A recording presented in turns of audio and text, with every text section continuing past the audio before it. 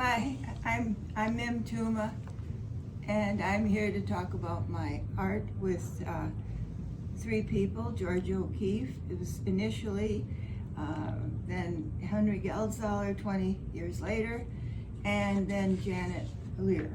Were all very essential to my career. And in the art world. And the art world. And are you talking about art? What kind of art? What kind of image? Is it painting or abstraction. photographer or? Yes, abstraction.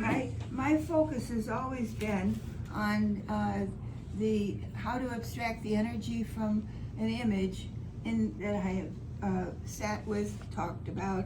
For instance, a rock like this, and this is the painting, the Sleeping Rock. And Sleeping Rock was initially a boulder that I saw on a cliff overlooking the Atlantic Ocean. And it was in the sunlight, it was absolutely stunning. It caught my eye, and I went back and I made the pastel, and I called it the Sleeping Rock because it wasn't moving, and it was surrounded by the ocean, the green water, and the waves, the tides. It seemed to be a focus for our environment. And what do you use for a base paint? Is Well, it that was water a paint? pastel. Yeah. It was initially a small pastel, and now it's 44. It's on heavy paper, Reeves paper that is. Is it water-based paint or oil paint or? Well, it's pencil paint? actually pigment. Okay. Pigment that just worked with the hands, and I. Right. This was made with your hands, fingers? Yes. Wow. Actually, all Not of a my brush, pastels. no brush. Yeah, I've made enough square yardage of pastels to cover the library floor. Yeah, I've worked both hands.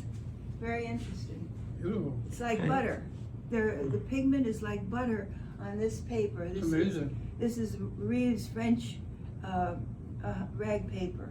And, Beautiful. this means not rice paper. No, Oh. not rice paper. Yeah. And it actually was exhibited at the Clayton Laboratory Gallery What back year? in 1992. In the Hamptons. In the Hamptons, right, in Bridgehampton, Bridgehampton. yeah. And the interesting thing is Geldzahler, Henry Geldzahler, and there's an article here to show the newspaper.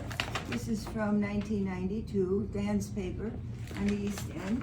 And Geldzahler actually became my spokesperson. What he did was, I met him in his home in Southampton.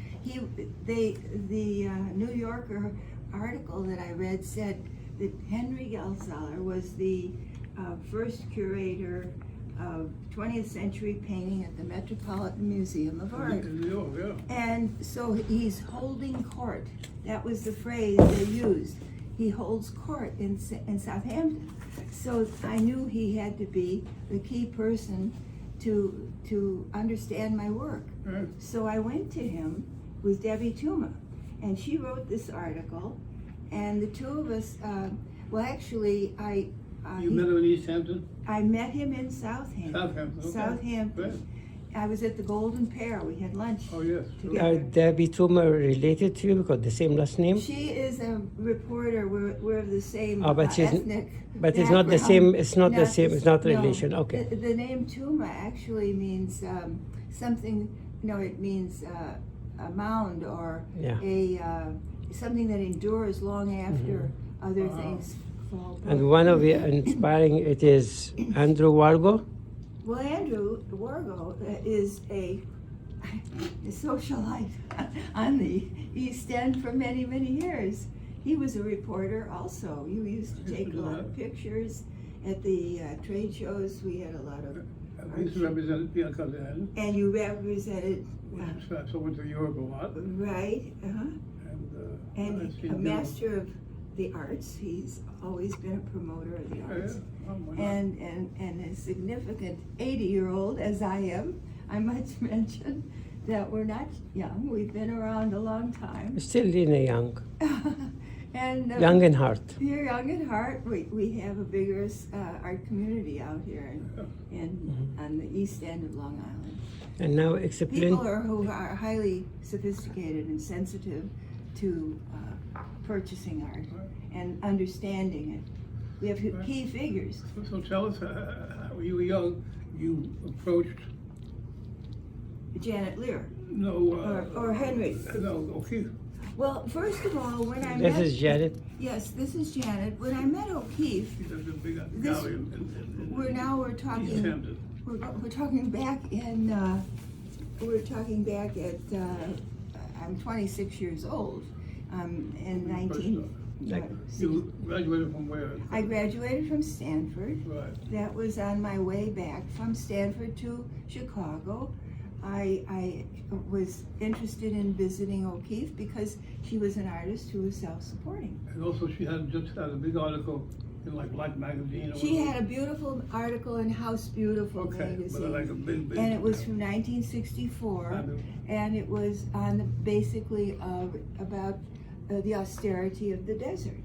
So I knew she liked bones, and this was not someone that I studied in high school.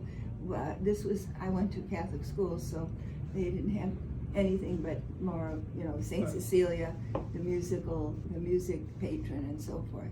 But when I was at Stanford, the article was pinned up in my studio, and my professor always asked, "Who is she? Well, so I decided I will write to her and ask if a friend and I can visit her, and we sent something. This was a little drawing I did of a skull with a poem attached to it, and I folded it up in very small envelope. And because I only had one address for her, George O'Keeffe, Abiquiu, New Mexico. Wow. So I mailed it to her in May, planning that we were going to leave in June and across the country. And I said, may we come and visit? And she got the letter. Yes, she did. She got the letter. Yeah, man. And it was recently, recently auctioned at Bonham's. I think it's right there. And so, in the course of our relationship, I had acquired quite a few things from her. I had what we called a safari chair. She called it a bunch of sticks.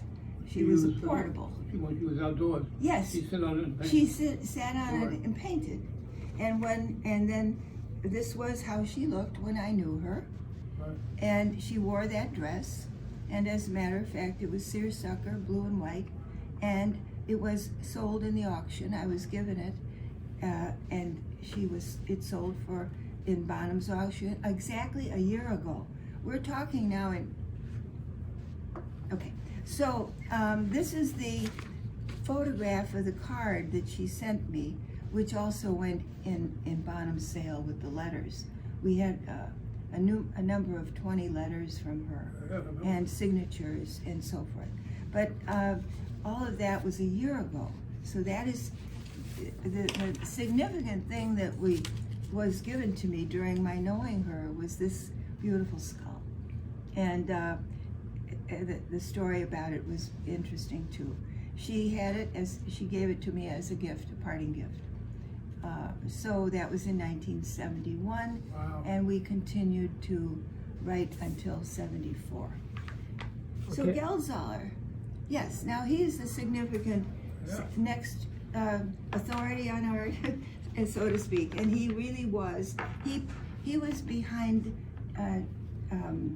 Chamberlain. If you remember John Chamberlain's work of compression, and with the automobile pieces that were compressed together, and he was exhibiting at DS Center in Bridgehampton at the time of my exhibit. So Geldzahler said, I'd like to have you there after his show is over, but it didn't happen. Basically what he did for me was tremendous. He came to my studio, and he decided to make the spacers that went in the framed paintings, oak frames, he himself showed me how he frames pastels. Then he hung the show. And when he hung the show in Bridgehampton, this was the main piece. And then the other pieces, this was, I'm showing you the book that is about Henry's experience with and what he taught me. And then the other paintings, these are all the paintings he chose out of my work to show in the exhibit. And in each painting, you have a story behind it? Did you have? Oh yes, the story is written here because there was always something to say about the work. But the work that you see, and I've recorded all that in this book, and this book will be available as a PDF in my, but this piece, the O'Keeffe, this was about my experience with O'Keeffe, and it's called The First Pebble and the Blackbird. The blackbird on the top is exactly from one of her paintings.